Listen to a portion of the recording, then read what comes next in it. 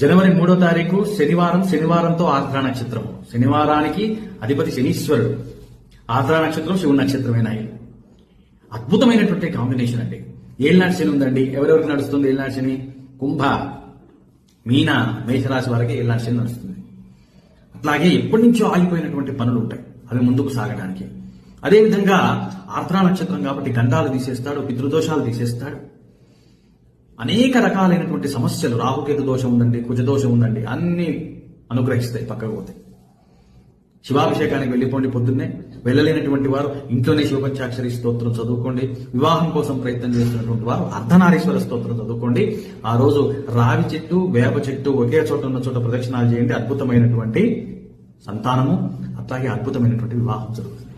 అన్ని దోషాలు పోతాయి. ఆ విధంగా చేయండి. మా వీడియో నచ్చినట్టయితే లైక్ చేయండి, సబ్స్క్రైబ్ చేయండి, షేర్ చేయండి. Please subscribe my channel.